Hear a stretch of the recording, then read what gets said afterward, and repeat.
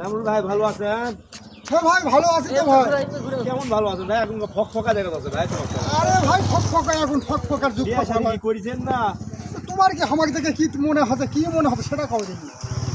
সে বিয়ে শাদী করেছেন যখন তো বুঝবেন। হ্যাঁ। ওই বিয়ে শাদী করার আগেকার জীবনটা কিরকম আর বিয়ে শাদী করার পর জীবনটা কিরকম ভাই? ও ভাই সেই কথা কথা ওই বিয়ার আগেকার করার জীবন আর পরকার জীবনের অনুভূতিটা কিরকম সেটা শুনতে চাচ্ছেন? হয় ভাই হয়। আরে ভাই সেই কথা কর না। যখন আমি মনে করো যে নতুন বিয়া শাদী কর্ম মানে মনস্থ করে ফেলাইছি, হ্যাঁ। বুঝতে পারছেন? তখন মনে হলো যে আমি মনে হয় নতুন চেয়ারম্যান দাঁড়িয়েছি, নির্বাচনে দাঁড়িয়েছি, বুঝতে পারছেন? এত আনন্দ।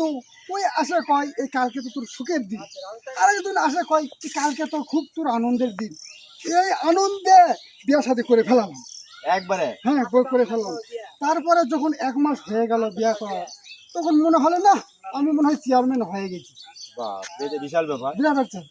তারপরে এই মানে নির্বাচনী প্রচারণা চলইছে, কিন্তু এর মধ্যে চলতে চলতে যখন 1 বছর পার হয়ে গেল, তখন মনে হয়ে গেল আমি মনে হয় জেলখানার কয়েদি, একবার জেলখানার আসামি হয়ে গেলাম। যত দোষ খালি আমারই হয়, আমারই হয়, আর আমারই হয়। আমার কোনো দোষই নেই।